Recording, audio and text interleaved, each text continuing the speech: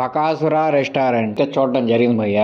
Movie చూశాక నా opinion చెప్పాలంటే నాకైతే మూవీ నచ్చలేదు భయ్య. ఎందుకంటే స్టోరీ కూడా అంత గొప్ప స్టోరీ ఏం కాదు, వాళ్ళు నడిపించిన స్క్రీన్ ప్లే విధానం కూడా అంత గొప్పగా ఏముండదు. ఏదో యూట్యూబ్ లో వచ్చే మామూలు షార్ట్ ఫిల్మ్ ఉన్నట్టే ఉంటది కానీ ఒక సినిమా చూస్తున్న నా ఎక్స్పీరియన్స్ అయితే నాకు రాలేదన్నమాట. జోక్స్ పెట్టాలని చెప్పి చాలా గొప్పగా ట్రై చేశారు, కానీ వాళ్ళు కూడా జోక్స్ వేస్తా ఉంటారు కానీ మనకైతే నవ్వు రాదు. జోక్స్ పోతా ఉంటాయి, మనం నవ్వకుండా అలా మూవీని చూస్తుంటాం.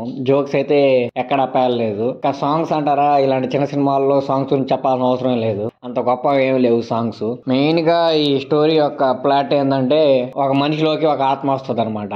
ఆత్మ కోరికను తీసుకోపోవడానికి ఏం చేస్తుంది, వీళ్ళ ఆత్మని ఎలా పంపించారు, ఆత్మతో వీళ్ళకి ఎలాంటి బాండింగ్ కుదిరింది, అది ఇది అని చెప్పి క్లైమాక్స్ లో ఎమోషన్ తెగ ట్రై చేశారు, ఏదో పండించేత అది ఇది అని చెప్పి 1% కూడా ఎమోషన్ అయితే వర్కౌట్ అవ్వలేదు. చాలా సెంటిమెంటల్ ఎమోషన్ అయితే వర్కౌట్ చేస్తారు, కానీ మనకైతే ఆ సెంటిమెంటల్ ఎమోషన్ అసలు ఎక్కను కూడా ఎక్కదు. మెయిన్ గా ఈ మూవీకి బకాసురా అని ఎందుకు పేరు పెట్టారంటే, ఆ దూరిన ఆత్మకి తిండి అంటే చాలా ఇష్టం అనమాట.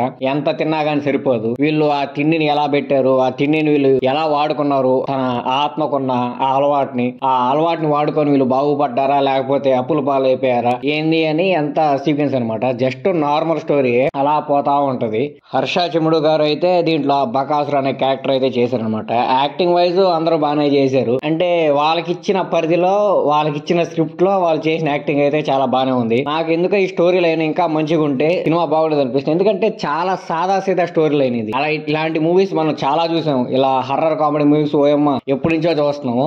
ఇలా హర్రర్ కామెడీ మూవీస్ తీసేటప్పుడు దాంట్లో ఏదో ఒక యూనిక్ పాయింట్ ఉండాలి, లేకపోతే ఏదో కొత్త ఉండాలి. అలా లేకపోతే మనకు ఈ మూవీని ఎక్కడో చూసాము, ఈ చూసిన మూవీని మళ్ళీ చూస్తాం అనే ఫీలింగ్ అయితే వస్తుంది. ఇంకా ఆ మూవీలో అసలు కామెడీ పండకపోయిందంటే ఇంకా అసలు బొక్క, ఆ మూవీ చూసి కూడా వేస్టే. ఇంకా క్లైమాక్స్ లో సెంటిమెంట్ అని చెప్పాను కదా, మెయిన్ గా ఈ హర్రర్ కామెడీ మూవీస్ లో వాళ్ళు బ్యాక్ స్టోరీ చెప్పినప్పుడు మనం సెంటిమెంట్ గా ఫీల్ అయ్యి ఎక్కడో మనం ఆ మూవీకి కనెక్ట్ అవుతాము. అసలు ఆ ఎమోషన్ సీన్ కూడా పండకపోతే ఇంకా అసలు మూవీ ఎందుకు చూసాం అబ్బా అనే ఫీలింగ్ అయితే వస్తుంది. దీంట్లో కేజీఎఫ్ మూవీలో గరుడా గారు ఉంటారు కదా విలన్, దీంట్లో ఒక క్యారెక్టర్ అయితే చేశారనమాట. అంత గొప్ప విలన్ క్యారెక్టర్ చేసిన అయినా దీంట్లో ఇలాంటి క్యారెక్టర్ ఎందుకు చేస్తారు నాకైతే ఏం అర్థం కాలేదు. నాకైతే ఓవరాల్ గా మూవీ అయితే ఏం నచ్చలేదు. మీకు చూడాలనిపిస్తే చూడండి, ఓటీటీ ప్లాట్ఫామ్స్ అయితే స్ట్రీమ్ అవుతుంది.